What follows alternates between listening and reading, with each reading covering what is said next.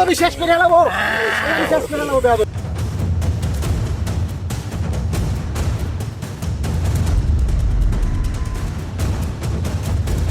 আমার মেয়ের আরো পুঁতি কইরা আমার জীবনটা তেনা তেনা বানাইলেছে। মৃত্যুর হুমকি সহকারে সব রকম হুমকি দেয়।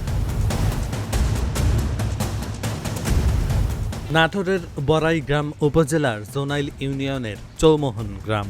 ছোট এই গ্রামেই রয়েছে অন্তত ৩৭ জন কথিত জিনের বাচ্চা এবং তাদের প্রায় ১৮৫ জন সহযোগী। কখনো জিনের বাচ্চা, কখনো তান্ত্রিক, আবার কখনো কবিরাজ পরিচয়ে ইউটিউব ও সামাজিক যোগাযোগ মাধ্যমে অলৌকিক ক্ষমতার প্রচার চালিয়ে দেশ বিদেশের মানুষের কাছ থেকে কোটি কোটি টাকা হাতিয়ে নেওয়ার অভিযোগ রয়েছে তাদের বিরুদ্ধে। বিশেষ করে প্রবাসীদের টার্গেট করে গড়ে উঠেছে একটি শক্তিশালী প্রতারণার চক্র। আমি শেষ করে এলাম শেষ করে এলাম। সৌদি আরব প্রবাসী বগুড়ার বাসিন্দা দয়াল খান দীর্ঘদিন ধরে তার কন্যা অসুস্থ থাকায় বিভিন্ন স্থানে চিকিৎসা করিয়েও কাঙ্ক্ষিত ফল পাননি। এক পর্যায়ে ইউটিউবে ভিডিও দেখে পরিচয় হয় জোনাইল এলাকার কথিত জিনের বাচ্চা ইমরানের সঙ্গে। মেয়েকে সুস্থ করে দেওয়ার আশ্বাস দিয়ে বিভিন্ন সময়ে তার কাছ থেকে প্রায় ১,২০,০০০ টাকা নেওয়া হয়। দীর্ঘদিন তথাকথিত কবিরাজি চিকিৎসা চললেও শিশুটির অবস্থার উন্নতি হয়নি, বরং আরও অবনতি হয়েছে বলে দাবি করেন তিনি। ভালো আছি কিন্তু আমার ভিতরটা বিরান করে লাইছে কবিরাজ নামে অনেকটি লোকে। আপনি যে থানায় অভিযোগ করেছিলেন, বেশ কয়েকজনের নামে, তার মধ্যে যে ইমরান সাহেব ছিল, তো ইমরান সাহেব কি টাকা ফেরত দিয়েছে? টাকা এখনো ফেরত দেয় না। ঠিক আছে, সে মনে করেন আমারে চিকিৎসা করছে, আমাদের টাকা আর যে চিকিৎসার নাম কয়া সেটা কি করছে অনেক টিটিয়া নিছে আমার কাছে। কত টাকা ভাই? আমি যদি আমার বুকটা চিরা দেয় করতাম, আর প্রবাসীরা যে কি কষ্ট জীবন যাপন করে সে প্রবাসী বুঝবো, দেশের মানুষ অত কিছু বুঝবো না। আপনি কত টাকা আমি যদি আপনাদের আমি টাকা দিছি হেরে ১,১০,০০০ টাকা, এবং কি আমার মেয়ের চিকিৎসা করার যেটা চাইছে আমার মেয়েটা পাগলের মতন হয়ে লেছে। সে তো ভালো করছে না, হে যে টিয়া চাইছে এমবে আমার মেয়ের ভালো করার কথা। আমার মেয়ে মাদ্রাসাত পড়ে, আমার মেয়ের ভালো না করে আমার মেয়ের আরো পুঁতি কইরা আমার জীবনটা তেনা তেনা বানাইলেছে। প্রবাসীদের কাছ থেকে অর্থ হাতিয়ে নিয়ে বিপুল সম্পদের মালিক হয়েছেন কথিত জিনের বাচ্চা ইমরান। জোনাইল বাজারে তার বিলাসবহুল কফি শপ এবং একাধিক বহুতল ভবন রয়েছে বলে জানিয়েছেন স্থানীয়রা। গোপন ক্যামেরায় তার কিছু বক্তব্য ধারণ করা হয়, তবে তার দাবি দয়াল খানের কাছ থেকে নেওয়া অর্থ তিনি ফেরত দিয়েছেন। ওনার টাকাটা তো আমি পরিশোধ করে দিছি, তো পরিশোধ হয়ে গেছে। উনি অভিযোগ করলে আমার সাথে ৩ মিনিট আগে কথা হয়েছে ওনার। বিভিন্ন সময়ে তার ওই আত্মীয়ের কাছ থেকে ৪ থেকে ৫ লাখ টাকা নেওয়া হয়েছে। টাকা পাঠানো বন্ধ করলে পরিবার জিন দিয়ে ক্ষতি করার ভয় দেখানো হয়। বিষয়টি নিয়ে স্থানীয় জনপ্রতিনিধি, থানা পুলিশ এবং উপজেলা নির্বাহী কর্মকর্তার কার্যালয়ে অভিযোগ করেও কোনো প্রতিকার পাননি বলে জানান বদরুল ইসলাম। ওই প্রথমেই বলে যে আপনাদের ২১ টাকা বা ৩০০ টাকা দিতে হবে, হাজিরা দিতে হবে, রাতে বসবো, আর এরপরে জিন যা চায় তা আপনি দিবেন। তারপর উনি খাসি চাইবে, খাসির টাকা নিবে, তারপর এইভাবেই চলতে থাকে আর কি। ৪-৫ লাখ টাকার কাছাকাছি, কিন্তু স্বীকার করা হচ্ছে বাংলাদেশ থেকে বিকাশের মাধ্যমে লক্ষাধিক টাকা নিচ্ছে। ওই কবিরাজ গুলো আরেকটা কথা বলে, ওই যে আমার আত্মীয় উনি তো প্রবীণ লোক, বলছে যে আপনি যদি ১০১টা ছাগল না দেন তাহলে পরি ওকে নিয়ে যাবে। তো পরি ওকে নিয়ে গেলে তো ও মারা যাবে, তো এই জন্য উনি বাঁচাইতে গিয়ে অনেকগুলো ছাগলের পয়সা উনি পাঠাইছে।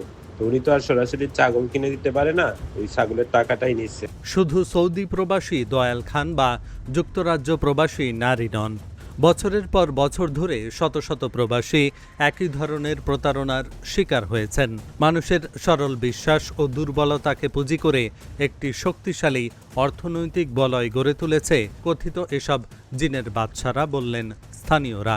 কণ্ঠ চেঞ্জ করে কথা বলার পরে হুমকির মাধ্যমে ব্ল্যাকমেল করে অনেক টাকা নেওয়ার পরে এই এলাকায় সর্বোচ্চ সোনালী ইউনিয়নের চৌমোহন চরগোবিন্দপুরে কিছু মানুষ অল্প দিনেই অনেক টাকার মালিক হয়ে গেছে। এর সাথে জড়িত 80 থেকে 90 জনের মতো।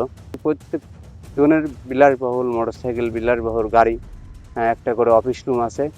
অফিস রুমে সব রকম সরঞ্জাম, অনেক কিছু আছে। একটা মানুষকে কিভাবে মানুষকে ভয় দেখানো যায়, ভয় দেখানোর পরে সেই মানুষটা ব্রেন ওয়াশ করার পরে সেই মানুষ একদম শান্ত করে প্রবাসীদেরকে হুমকি দিয়ে টাকা নেয়। এরা টাকা নিয়ে তার পরবর্তীতে এরা বিভিন্ন রকম এলাকার মানুষ যদি কেউ কোনো কথা বলতে চায়, প্রতিবাদ করতে চায়, এদেরকে এত পরিমাণে টাকা এদের টাকার মাধ্যমে তাদের মৃত্যুর হুমকি সহকারে সব রকম হুমকি দেয়। প্রশাসন তো সন্ধ্যার পরে ওদের অন্য অন্য কাজে ব্যস্ত, কিন্তু এইসব কাজ তো তারা মনে করে যে আসলে ছোট কাজ, যেটা সাধারণ টিকটক করে, কিন্তু এটার আড়ালে অনেক কিছু আছে যেগুলা প্রশাসন জানেও না, বুঝেও না। এই কবিরাজ গ্রুপের যারা কবিরাজ আছে তাদের আমরা না কেউ কিছু বলবে না, কারণ ওদের অনেক টাকা পয়সা। আপনি বলতে যাবেন আপনি টাকা দিয়ে কিনে নেবে, আরেকজন বলতে যাবে সবার টাকা দিয়ে কিনে নেবে। এই জন্যে এখনও কবিরাজরা টিকে। এখন জোনাল ইউনিয়নে 150+ কবিরাজ আছে, আর তার সাথে মনে করেন 5টা করে ওই কবিরাজের সঙ্গভঙ্গ জেল ধরেন, সর্বনিম্ন 5টা করে জেল ধরেন, তাহলে কতটি হচ্ছে? 150 কবিরাজের সাথে 5টা জেল ছেলে ধরেন, ছেলে সঙ্গভঙ্গ, তাহলে কত মানে আমরা এটা সমাধান চাচ্ছি, আমাদের এই ইয়ার থেকে মুক্তি চাচ্ছি, এত হয়রানি। জেলার বিভিন্ন স্থানে প্রতারণামূলক কর্মকাণ্ডের বিরুদ্ধে পুলিশ কাজ করছে। চৌমোহনী এলাকার বিষয়টি তার জানা ছিল না। অভিযোগগুলো খতিয়ে দেখে প্রয়োজনীয় আইনগত ব্যবস্থা গ্রহণ করা হবে বললেন নাটোরের পুলিশ সুপার। আমি যেহেতু এখানে নতুন এসেছি, বেশি দিন হয়নি, এই তথ্যটা আমার জানা ছিল না। অন্য আরও কয়েকটা জায়গায় আছে, এটা আমরা জানি, ওইগুলো নিয়ে কাজ করছি। আপনার এটা জানা হওয়াতে আমি এখন এটা নিয়েও কাজ করব।